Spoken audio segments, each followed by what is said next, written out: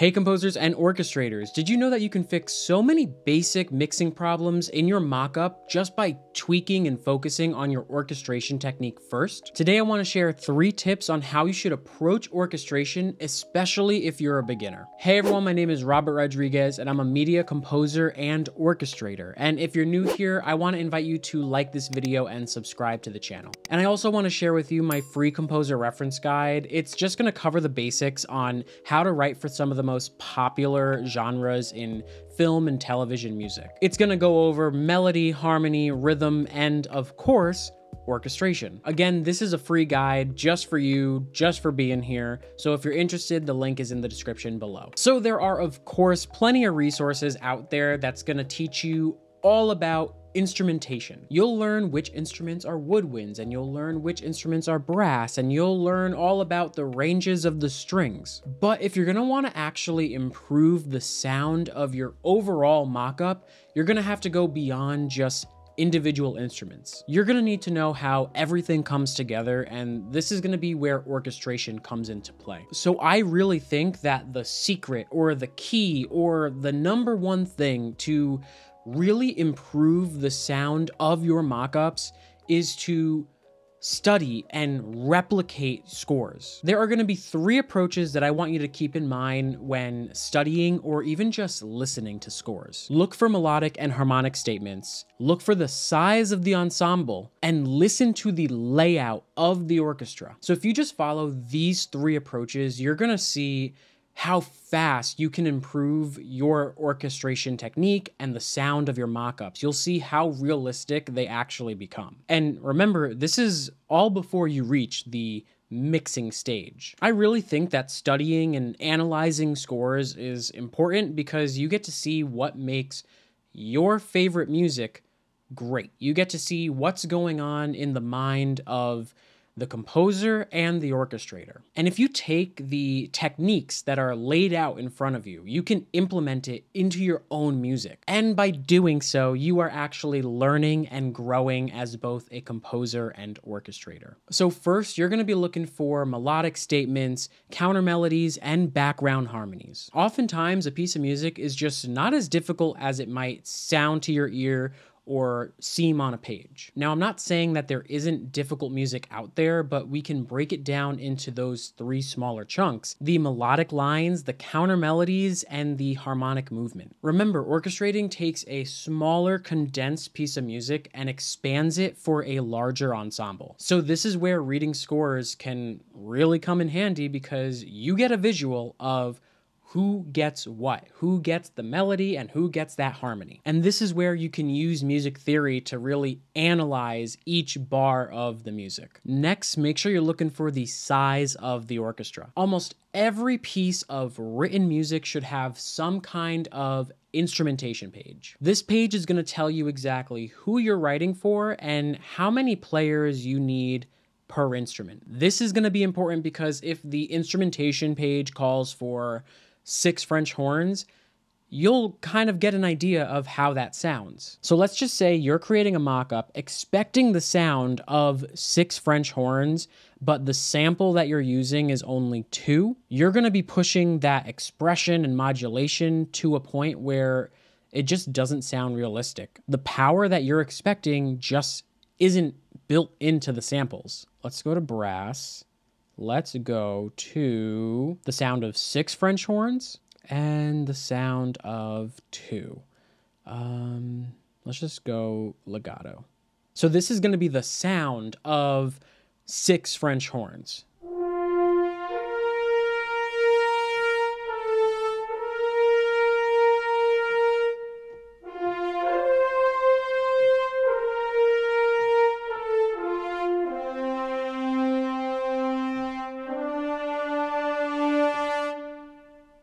So now let's compare that sound to just 2 French horns.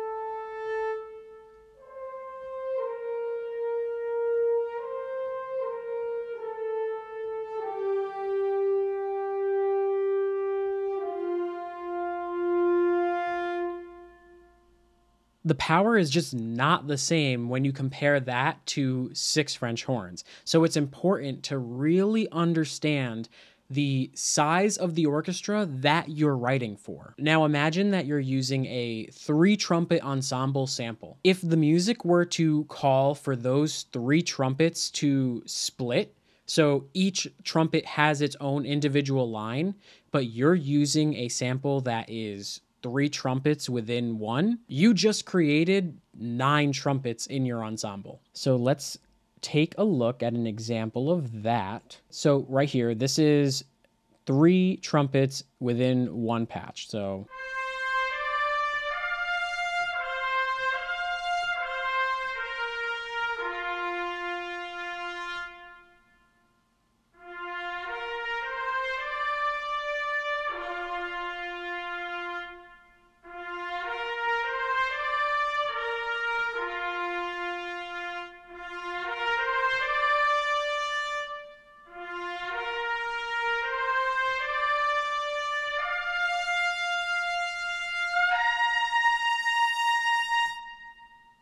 especially with an ensemble patch of 3 trumpets, they are going to try to put it on mono so that you're not creating chords, essentially giving you 9 trumpets like we discussed.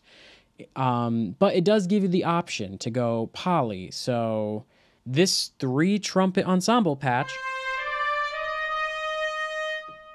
but if you were to do chords, 9 trumpets.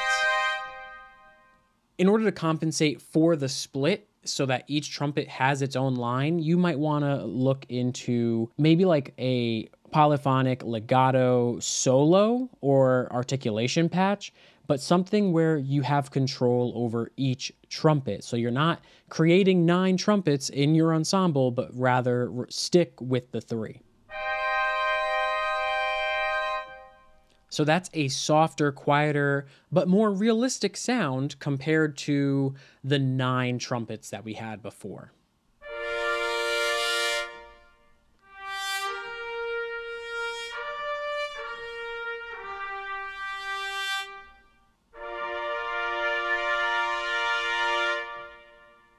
So really, an instrumentation page is a wonderful resource for you to kind of know how powerful a section of an orchestra should be in relation to its counterparts. Always keeping the size of the orchestra in the back of your head will shift how you approach writing and orchestrating your own music. And the final approach is to understand the layout of the orchestra. And I do think that this approach will directly influence the sound of your mix. It might be a little bit harder to understand the layout when looking at a written score, but listening will be the key. You're going to want to pay attention to where exactly each section falls in your ears. You're going to want to ask yourself which instruments are on the left, which are on the right, and do you hear anything in the center? And then on top of that, does something seem closer to you or farther away? The best thing that you could do is really try taking note of what you hear when listening to your own favorite scores, and then try replicating it and recreating that environment in your own music. Oftentimes, sample libraries will come with these sections pre-panned. So let's go to strings. That's an easy one. Let's try Spitfire Audio, Studio violins. Within an orchestra, violins are typically on the left-hand side when looking at the orchestra. So typically, sample libraries will pan violins to the left. So let's take a listen.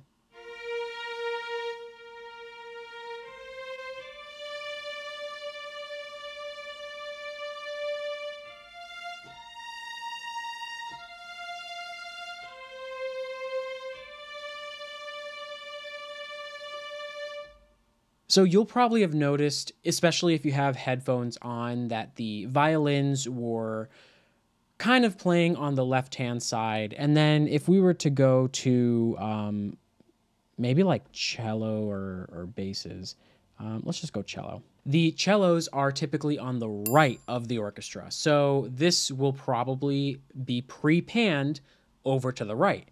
So again, if you have headphones, you'll probably notice this difference.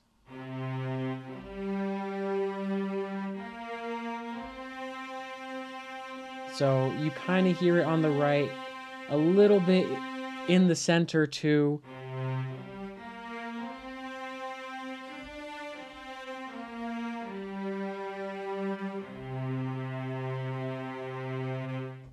And what you'll actually notice if you're paying attention to the way I have the template set up, I actually panned these instruments even farther. So the violins were -20 over to the left, whereas these cellos are approximately 12 to the right. Again, just side note, that was not an exact science. It's just where I wanted to create space. But I really want to encourage you to take advantage of the sample libraries that you have, especially with like Spitfire stuff, just for example. It comes with a whole bunch of mic positions that you can tweak before you record anything.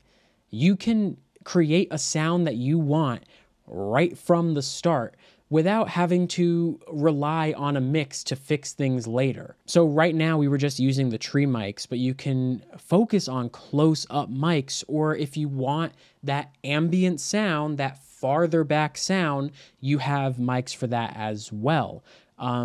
So really take advantage of what you have at your disposal, because that is what's gonna create a more realistic mock-up for you. All right, so those are the 3 ways that you can approach your own orchestrations. You could look at melodies, rhythms, and harmonies and seeing how they're distributed. You can look at the size of the orchestra, and you can pay attention to the layout and mapping of the orchestra. And honestly, everything just falls under this overarching umbrella of just studying scores. However, you can study all that you want, but until you actually put these approaches into practice, you'll likely have a very difficult time creating realistic mock-ups that you hear in your head. That's why I really urge you to not just study and analyze, but to replicate your favorite scores. And you can do this in both your DAW and your notation software, because you're just gonna get an in-depth and invaluable look at the orchestration process. So I definitely want to remind you to check out your free composer reference guide. The link for that is in the description down below. And if you did get value out of today's video, definitely consider giving it a like and by subscribing to the channel. You can also show support by joining my Patreon or simply buying me a coffee. The links for those are in the description as well. So that's going to be it from me. I'll see you in the next video, and as always, happy composing.